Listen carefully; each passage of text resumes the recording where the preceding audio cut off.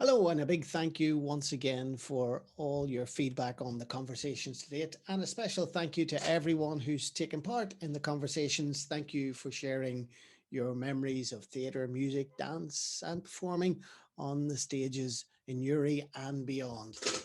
My guest today is a master of musical creativity. He hails from Courtney Hill and was inspired at a young age listening to Elvis, amongst others, during home lunch breaks from primary school. His musical creativity began by taking his own lyrics and blending them with whatever musical source was available, a guitar, his dad's Casio keyboard, or his drum kit. And with the band, the four of us creating music videos to promote their songs to publishers. With the four of us, he's performed in theatres, concert venues, and major open air gigs, playing live to thousands of people. Together, the four of us have an expansive and continually growing musical catalogue, and they've created a special sense of place album called Sugar Island, looking at a time in Newry through the eyes of a child. As lockdown happened, the four of us were on tour with Robert Plant's band Saving Grace. And during lockdown, Brendan and his brother Declan continued with their creativity with over 26 live sessions on Facebook and YouTube where the audience could ask them anything, and they did, and they answered, and they played tracks upon request. They've also just launched a lockdown song summing up the past year called The Waiting Game. Now, I'd remembered that we'd been at the primary in the Abbey together, but I'd forgotten that we were in the same class, but Brendan hadn't.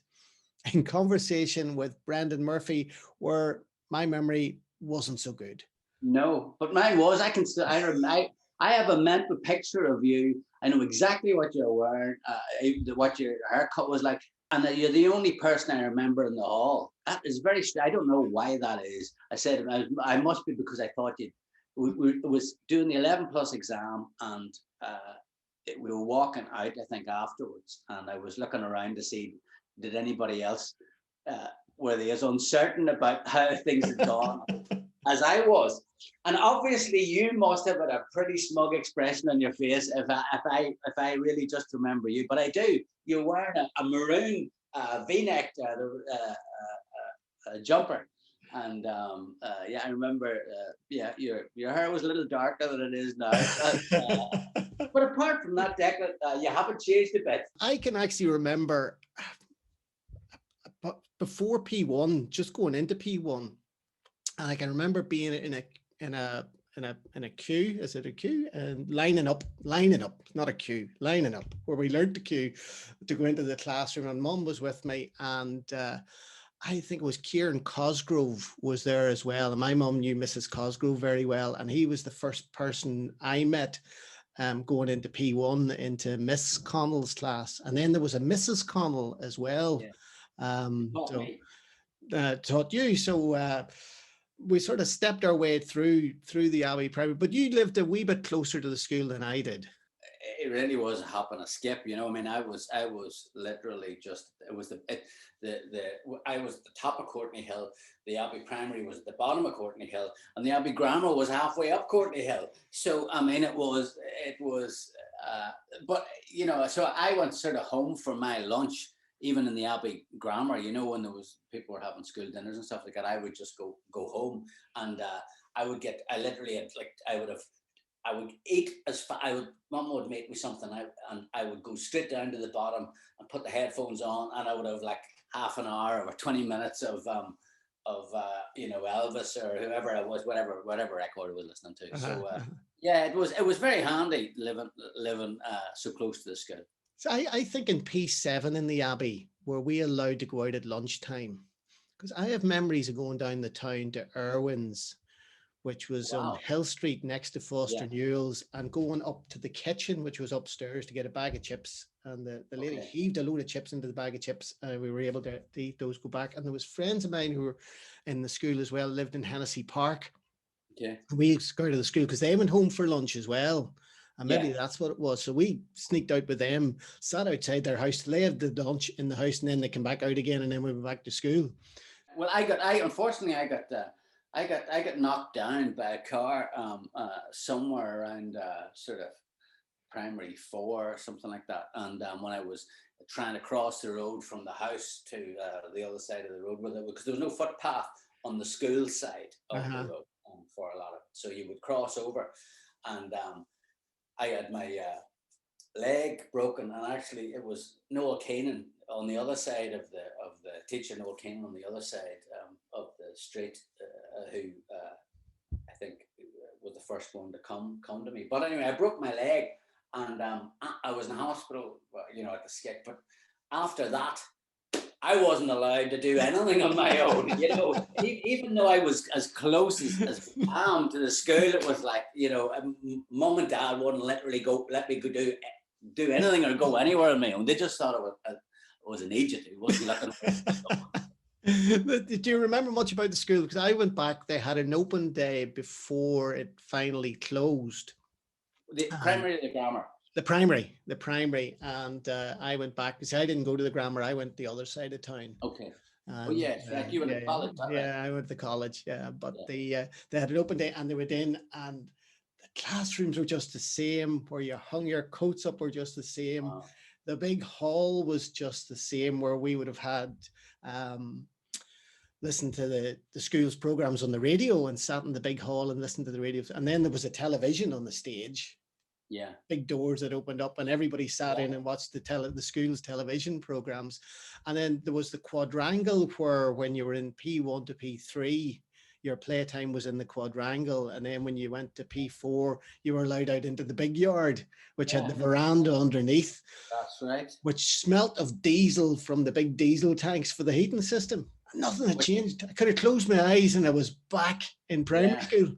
Became known as the gas chamber. Yes, correct. Yeah. I always thought the Abbey Primary was a beautiful building, It was. And actually the quadrangle, the small yard, was beautiful as well, It was. And I still, even the urinals were relatively pretty. Do you remember? You were at the back. You'd sort of walk. Yeah, you'd walk. I think it was at the end of it. Art Deco, dearly, wasn't it? Yeah, it was. It was a beautiful. It was. Yeah. So I have very fond memories of the Abbey Primary and the Abbey Grammar. Very fond memories. You said when you went home at lunchtime, you'd put the headphones on and listen to music. Is that where you sort of first got your love of music? Was there music in the family in those days? No. Well, my mom and dad, not really. I mean, they had a record player and they had a record collection. And actually, the record collection was mainly a show tune. So it was like South Pacific, Oklahoma, those soundtracks. Yeah. And so, but I was so desperate that I would listen to, I got to watch that man right out of my hair, or Poor Judas Dead, or anything like that. So, I mean, it was just music. And then I discovered, I think I was watching a black and white TV. The TV wasn't black and white at that point when I think it was Jailhouse Rock. And I just remember going, who's that guy? I would just want, that's what I want to be when I grow up. And then, so it was sort of Elvis, and I was too young to be able to go and buy music. So Mum would go down and, she would go down to Carlin's. Carlin Records, yeah. Yeah, she'd come back with a record, and she used to come back with these records. I don't know if you remember, I think they were called Top of the Pops. That's right. Yes. Yeah. And but they weren't the original artists. They weren't even cover versions, really. They were very bad cover versions, weren't they? And I'd be listening to something and going, what's going? I wasn't old enough to really twig. It was like, why does this just not seem to sound right? Yeah. But yeah, so yeah, I was crazy into music, into listening to music, and then my first record that I think that I was bought, that was a Christmas present that I was allowed to play on the record player, I think was Elvis 40 Greatest Hits. And then really any chance I got, I was doing it. So I would come home from school at lunchtime, and I would go down to the bottom room and put the headphones on and listen to whoever I was listening to. So, so yeah, music was always, you know, and I did that thing of like pretending. I used to pretend that I was the drummer in the Beatles, like at the two Beatles albums, and for some reason I pretended it was Ringo. I think it's because there was the piano still was there. There was a piano, and I would just play imaginary drums. Yeah, for me it was the school. The whole thing for that period right up until college was trying to figure out how I was going to make music a career. I did a Netflix on the four of us today and binge watched everything that I could find on your Facebook channel, on your YouTube, and all the articles that I could read up. Yeah. So immersed myself in the four of us. There was talk of something, I don't know, was it on one of the early tracks, grabbing some chords off your dad's keyboard? So you keyboard in the house? And whenever Daddy retired, or was getting close to retiring, so he would have been like Daddy retired young. He retired at 60. To me, it seemed young. He'd always said he was going to retire at 60, and he did. But I think my mother was concerned about him retiring. I don't want to worry you here, Dick, but I think my mother was concerned about having him sort of knocking around the house when she had the house to herself. You know, she ran the house, and suddenly there was this person who didn't really know. I'm not saying that you'd be like this, but he didn't really know how to conduct himself in the house, in terms of he had gone out and worked, and Mom had looked after the house. You know, now he wasn't useless, but he still, so Mummy started trying to sort of push him into doing things. So she bought him a Casio keyboard, thinking that would amuse him for a bit. Zero interest, but he had this keyboard. It was one of those ones where it has a bossa nova rhythm, and it has this sort of a rhythm, and it has that sort of rhythm. But when we were when I was starting to write songs, I didn't really have any instruments. I had a cheap guitar, but that was about it, and a tape recorder, one of those sort of two buttons. Play and record. So but I found that basically if you put the bossa nova rhythm on and you play it along with, and you play and record, well, you could make a recording, and you had a rhythm section of sorts. So so that was, so I used, and even Mary, the song Mary was basically a timpani sound. It might have been on his keyboard. It was like maybe that's where it was. Maybe that's where it was mentioned. Yeah, it was a sort of, it just went bong, ba-bong, like literally, it was a timpani sound. And again, there's no drums, we had no drummer, nothing to do. I was trying to create, and I remember thinking when I was playing the things, I'll just use this to keep the beat, and then obviously later on we'll get the full Phil Collins going on, But I remember playing it to a friend of mine called Kieran. Well, him, Kieran Goss. I know Kieran well, yep. And Kieran was a proper musician. Kieran could play the guitar, and he just sounded like other people's records. He sounded like James Taylor. He could sound like, he was a phenomenal guitar player, even at sort of 16, 16 or 17. And I had done this wee recording of this song Mary with the bonk ba bonk, and I don't think, because he was into music, we had sort of bonded over our sort of love of music. But I think Kieran, I'd always viewed me as someone whose reach exceeded my grasp. Let's say, so someone who wasn't that, he couldn't really, someone who was interested in music, but whose efforts to actually perform or play it was never going to really get anywhere. And when I played, I said, "What do you think of this?" And I played him the demo of that song, and that was the first time where he went, that's not bad, you know what I mean? And then I remember him saying, "Oh, you don't change that." And actually at the end of this, he said, "But you're missing the trick at the end." And I said, "At the end of the song." And I said, "What do you mean?" And he said, "Well, at the end of it, you should probably just go circular. So, just go, 'Oh Mary, why don't you have,' and then another." Yeah. That's what you you just made do with what you had, and at that point we didn't have that much really, you know. Well, you casually said that wee song, Mary. I mean, that's more than a wee song, Mary. Those opening, that opening strumming is so distinctive. You know what Well, that song is. yeah, well, again, I mean, that was the demo. The demo of it was me going. I played it. It was like it was like a string thing. So it was So I was trying to get some production. So the wee guitar thing going, the tape recorder going, and there was the a bonk, ba bonk, and then I just put like a string, like I just a sustain note on the string, you know. Yeah, yeah. And then ding, ding, ding, ding, and then when we went to make, but Kieran and a few other people said the demo had something. So when we went to make the record, that was the one song that basically we said, let's just try and mimic what's like a bigger version of what that demo It is. was, yeah, The yeah. demo had that sort of thing of me playing we put the same thing in, and you know, just one of those things, just weird. I mean, and again, some of the articles you were talking about, you wanted to write a song that would live beyond you. I mean, that song is there. It's yeah. I mean, that's it. People sometimes say, well, you know, you know what? Does it not feel like a sort of a heavy, you know, like sort of it's hard to step out from under its shadow? But I say, look, that's what I got into this to do. To write something that would do that, you know.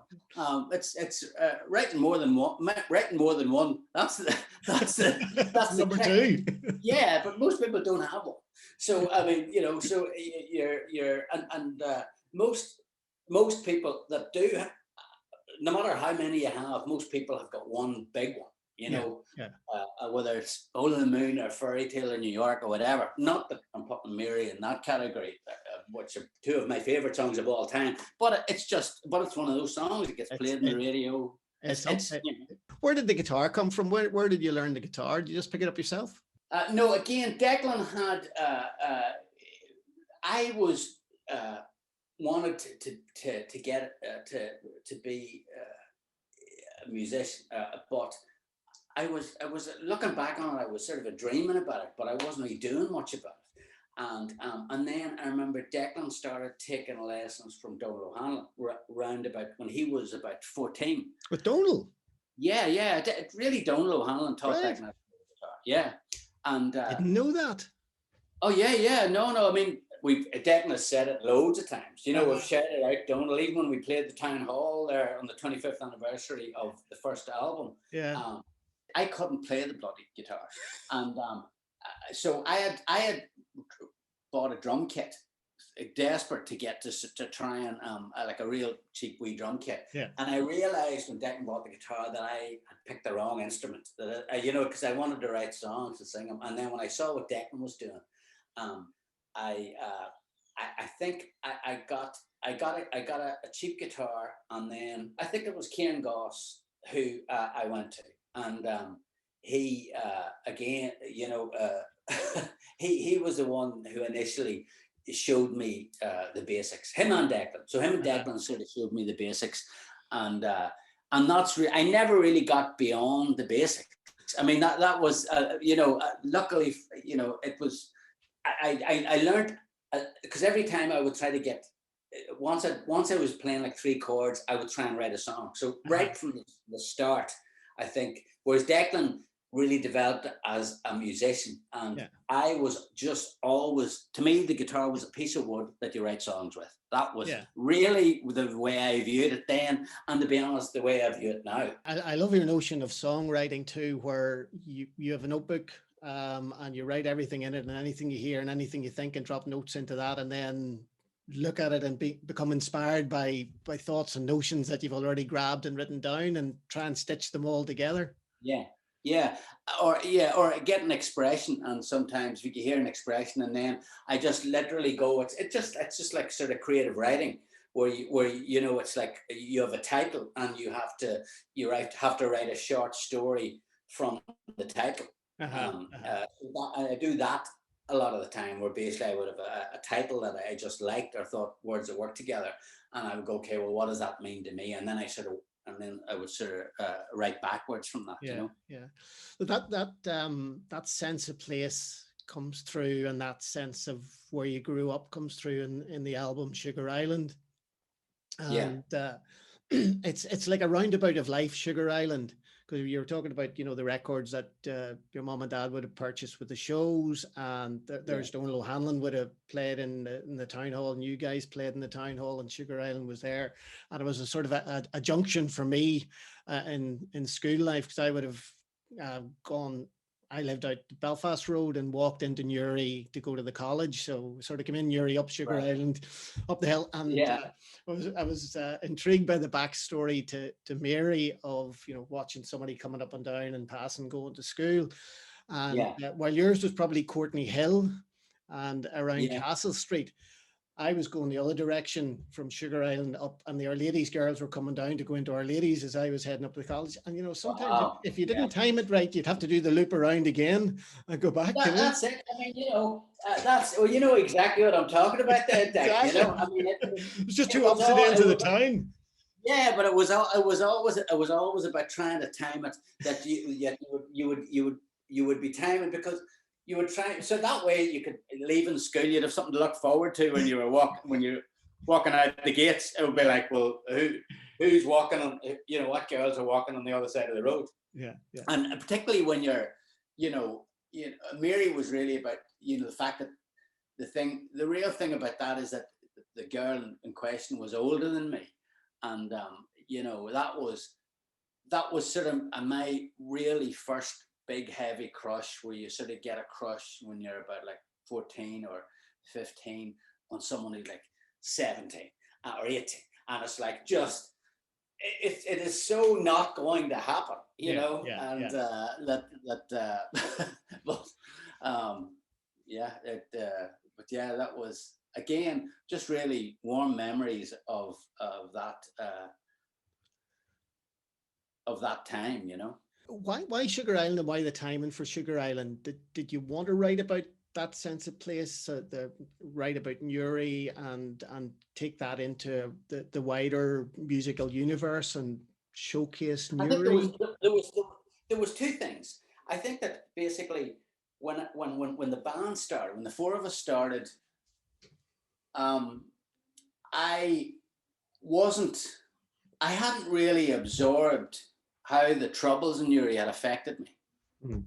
You know what I mean? My thinking of it was just to distance myself from it, and but as I got up, and then I had kids, and I had kids, in my late 40s. My first, I got married in my mid 40s, so suddenly I was walking these infants down, Hill Street, or the bottom of Courtney Hill, and I was there. It was like, it was suddenly, I was the bottom of Courtney Hill, Yeah, except there was a burnt out bus, at where the Abbey Primary was, yeah, and suddenly it sort of came. I was able to. I found a way to write about the aspect of my life growing up during that period, which I had never really had thought I could do before. yeah, I found the way in, and the way in was through the eyes of a child, because a child doesn't need to have any judgment, and a child can be purely selfish, really, about it, because it's and nearly just describe it, yeah, and that's okay, whereas if you're older and you do that, um, it let me off the hook, really, yeah, writing about it from the point of view of a kid. yeah, And I knew I could write about it from the point of view of a kid. Whereas I knew if I tried to write about it from the perspective of who I am, where I am now, I'm not 100% sure that would have, it just wouldn't have felt authentic, yeah. and I'm not too sure how good a job I would have done. The track Going South is Yeah. something so many of us of that era would have experienced. And for me growing up, sometimes we went south to go south, and other times we headed north to go south. And Yeah.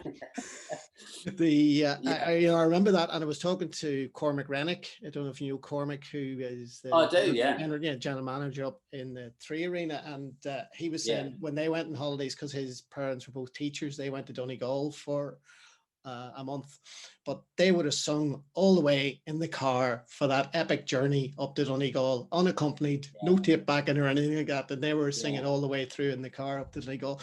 And we headed south, and it was an expedition to go south in those days. You know, it could take you an hour and a half to get up the Dublin Road before you through the customs. You know, that's it.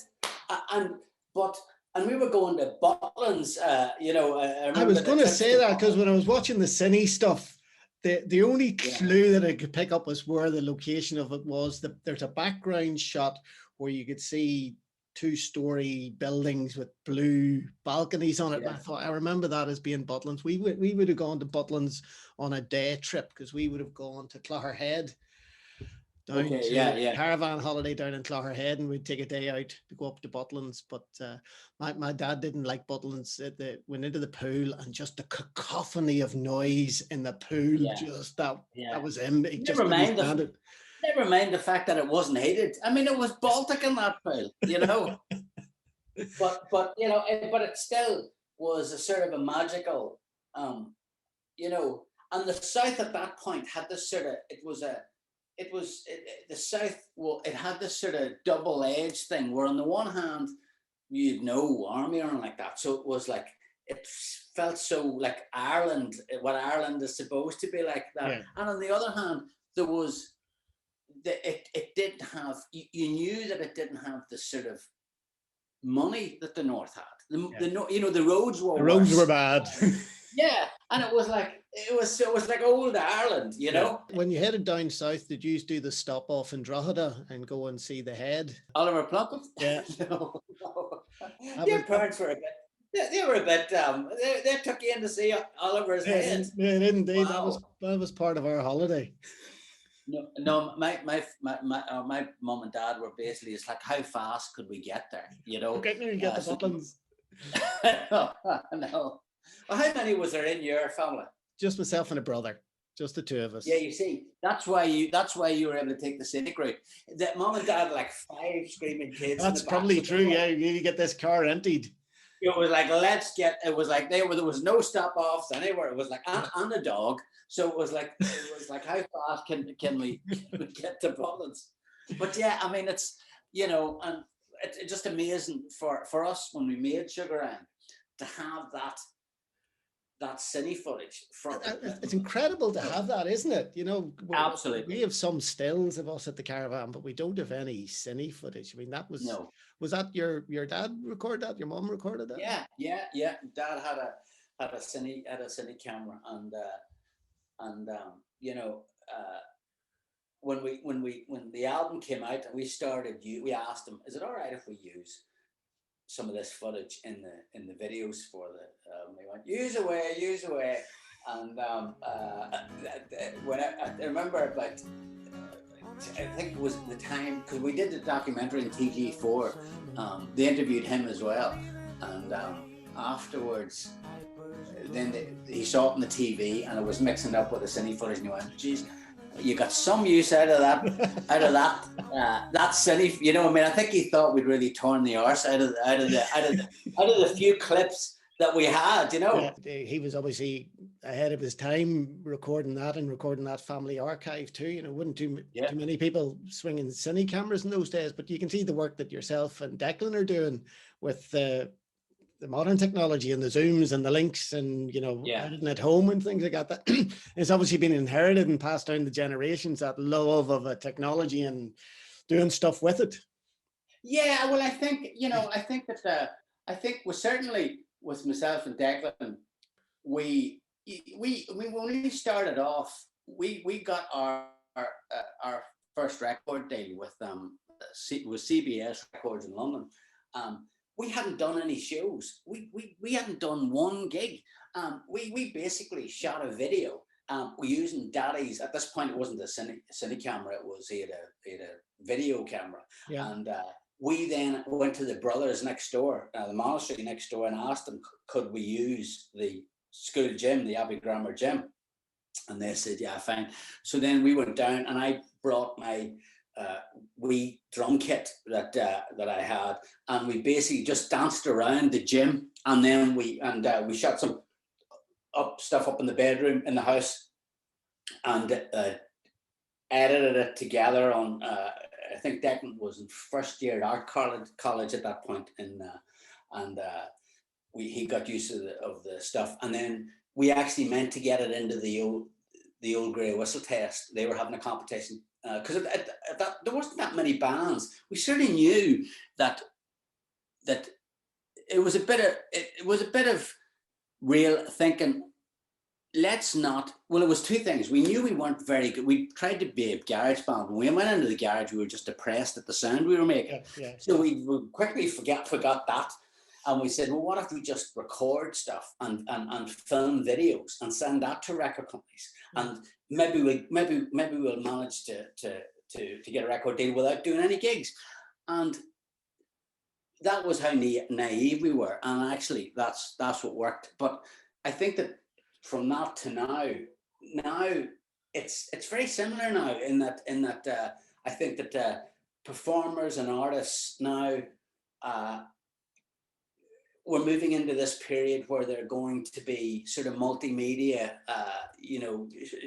They're doing everything. They're shooting the videos, and you can do so much.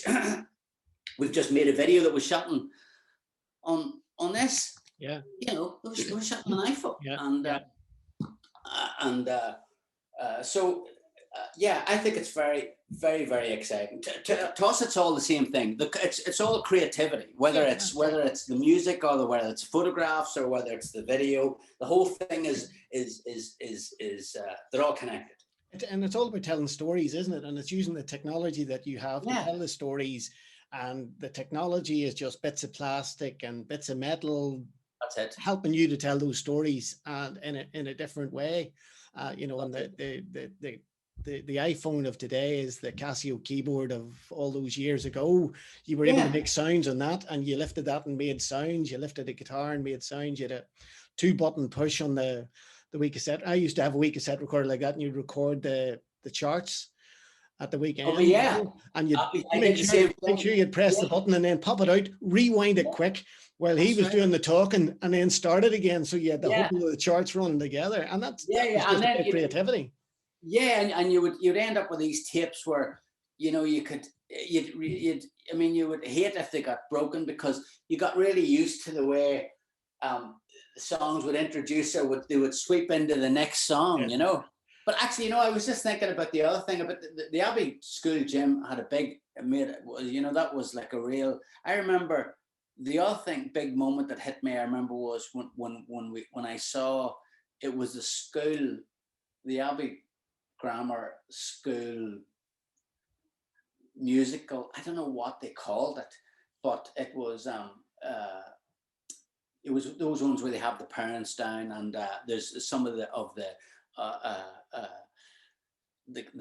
school kids performing, but I think it was Tom Delahunt and Gary Price were in a band. They had a sort of a band, and they played I think it was Keep On Rocking Me Baby, Steve Miller Band, and a couple of other songs.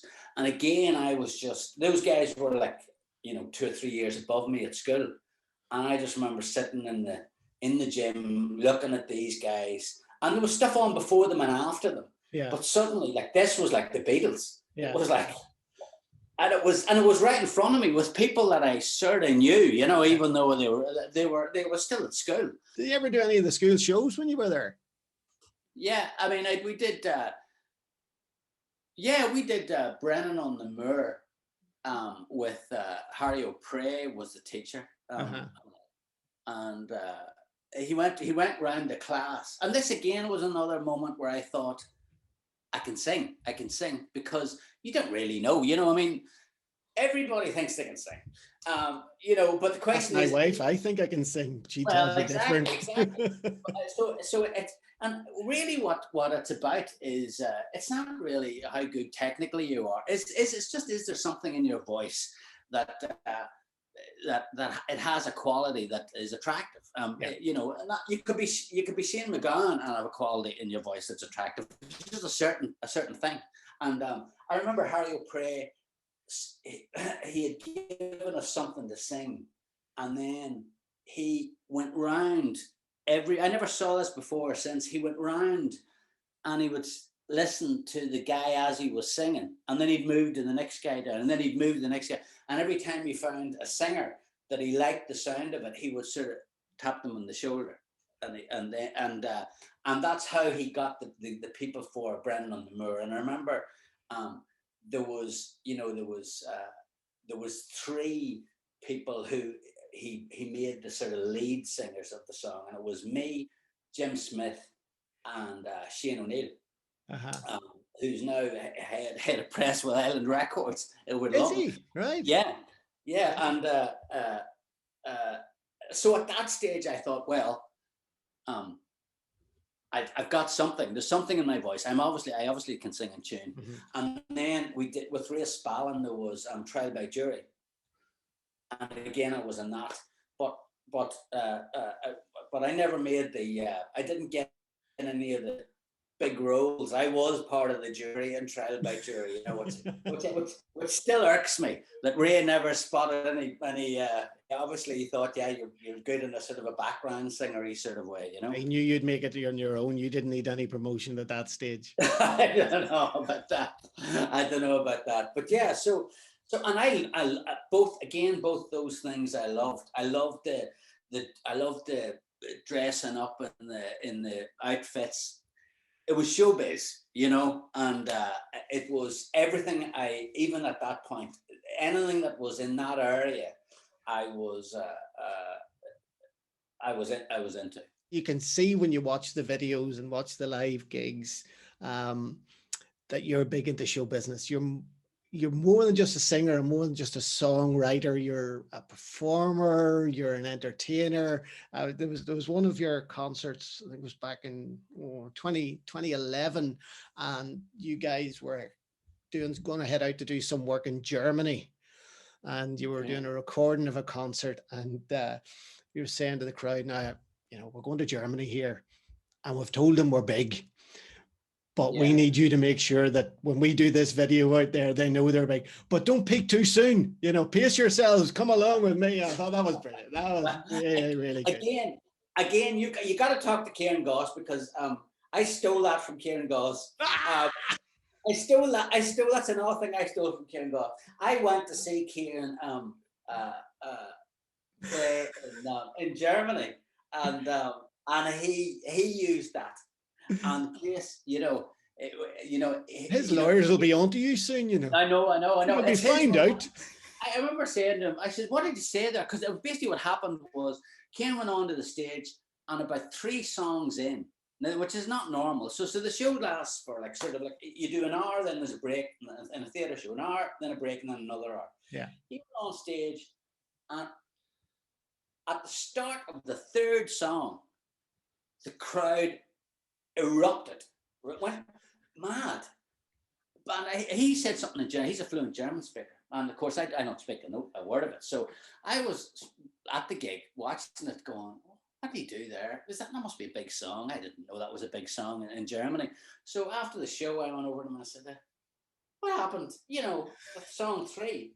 And he said just what you said. That basically he said, "We're recording this gig." And people in Ireland, I've told people in Ireland that that this song is a massive hit in Germany. So when I introduce it, I want you guys to go mad, which is what he did. And of course, the audience went mad. And so yes, he will be getting his lawyers. So I've stolen. I basically just I spend my time mimicking. Did you You know. enjoy those big days of the, once that recording contract was signed and the big tours? Was that fun? Being part of that machine of. Yeah, it was fun, but it was a lot of pressure, and I hadn't really figured out. Personally, I can't speak really for Declan or for the rest of the guys, but I personally, but it was a bit like being, it was like holding on to a runaway horse, Mhm. and you're not in control in any shape or even though, and then you put your foot down, but the thing is sort of moving. So it was very exciting, and we had great, but also had that sense that you didn't know what you were doing. I mean, really, I mean, you like suddenly you were, from having done those shows. The next thing we were playing, I think, the big day on George's Square in Glasgow to 100,000 people. Yeah. You're on after Waterboys and Deacon Blue or something like that, and you're you haven't put in your 10,000 hours at that. Yeah. Yeah. So but you were in that sort of, so it was when I look back, it was great fun, but pretty stressful. Mhm. And I think as I've I enjoy it much more now. Let's put it that way. Yeah. I enjoy the business much more now. I know what I'm doing when I'm on the stage. I don't do anything I don't feel like doing. Yeah. We control everything. So really, I mean, when we sort of that was part of the reason that we sort of decided to become an independent act in the late 90s. Yeah. We stopped looking for record deals because we thought, well, if we don't take anybody else's money, we don't have to listen to anybody else. Mhm.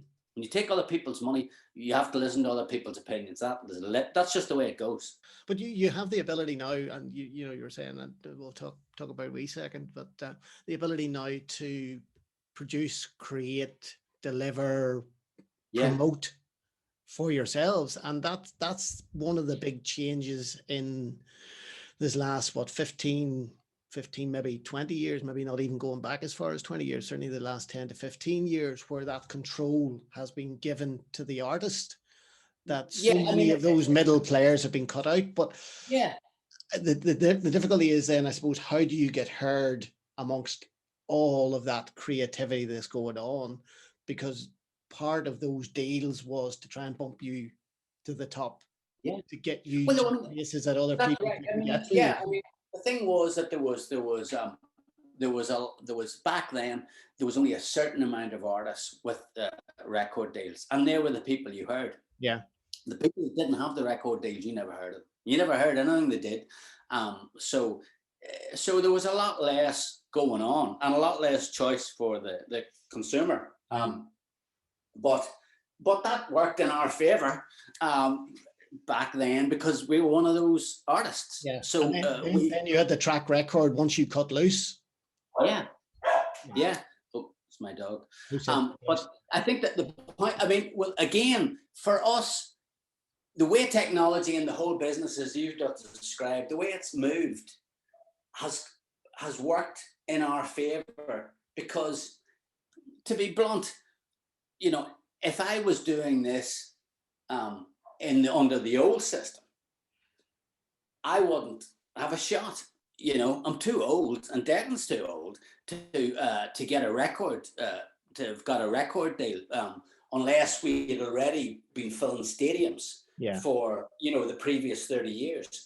But certainly playing theaters, no, you wouldn't be. You wouldn't have the access to that, and you might be busy playing theaters still, but as far as the world is concerned, you wouldn't really be able. You wouldn't have the leverage that you do with the internet, where you still have a global audience.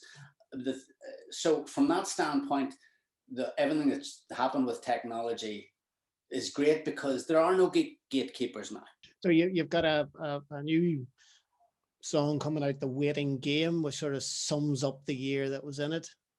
Yeah, and it's just about that. And again, because I'm a bit of an optimist, it's about some of the upsides that as I said, the few upsides of this pandemic. One of which was that I have a young family, and we've been able to spend the last 12 months in each other's company all the time. And as I said, I was touring quite heavily before that, and that wasn't the case. So that's been one of the blessings of it. And but at the same time, you know, we're all waiting. You know, I mean, we're all just waiting for the world to open up again. And so we just, again, it was the song. It was just, I was singing along with something Declan had made up, and it just came out. And it was just the waiting game come out in a sentence. And I don't know, I must have been thinking about that. That's what, and then suddenly I had to write backwards from, well, what does that mean? The waiting game. And of course, it's obvious what it means. Yeah. So that's, we've got we've actually got a lockdown song. I can't believe it. But as we edge out of lockdown, well, it's sort of but it talks about the summer. Basically it's talking about I knew that we were sort of coming out of lockdown, so I mentioned the fact that summer's nearly here, because that, to me, summer's always, you know, that I live in Carlingford here, and it's just, summer in Carlingford is hard to beat. Well, listen, Brenton, good luck with the new song. It's just going to be one of many, and it's been really, really great that you've taken time to have a chat with me. Thank you very much indeed for that, and congratulations on going from the dreaming of Elvis to what you've achieved and what you've delivered, and that sense of place that you've brought back into your music as well, because that's really precious. So thank you and well done. Oh, thank you, Declan. It's been a real trip, you know. And again, it's just like, I'm just looking at you, and I still see the guy in the hall in the Abbey Primary School. Where does the time go? Where does it go? We're just playing the waiting game.